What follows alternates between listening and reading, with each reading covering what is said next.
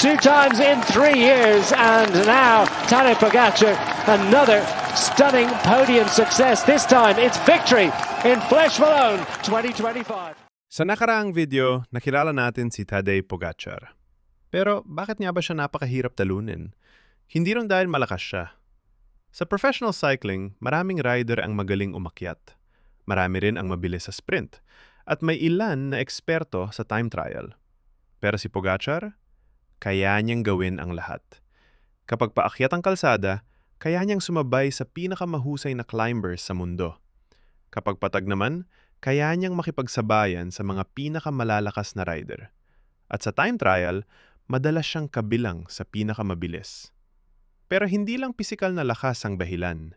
Isa sa pinakamalaking armas ni Pogacar ay ang kanyang estilo ng karera. Tadej Pogacar's riding clear. Is this it in this year's Tour of Flanders? Tadej Pogacar going for his second win, and Mathieu van der Poel vying today to become the greatest male rider in the history.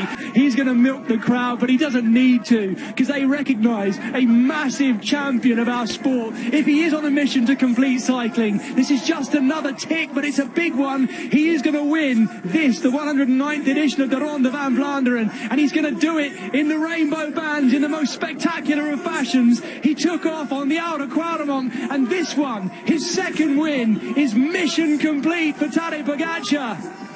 With the arms in the air, he takes the crowd. The applause of Oudenaarde. Habang ang ibang rider ay naghihintay ng tamang pagkakataon, si Pogacar ay kusang umaatake.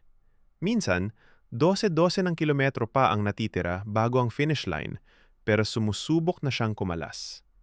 Dahil dito, napipilitan ang kanyang mga kalaban na habulin siya at kadalasan nauubusan sila ng lakas.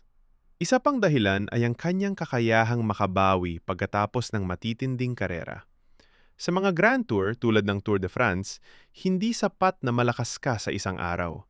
Kailangan mong manatiling malakas sa loob ng 3 linggo. At dito, madalas nangihibabaw si Pogacar. Pero kahit gaano siya kalakas, hindi siya perpekto. May isang rider na ilang beses nang nagpakita na kaya siyang talunin sa pinakamalaking karera sa mundo. Sino siya? Ito ang Pedal Stories, at pag-usapan natin yan sa susunod na video.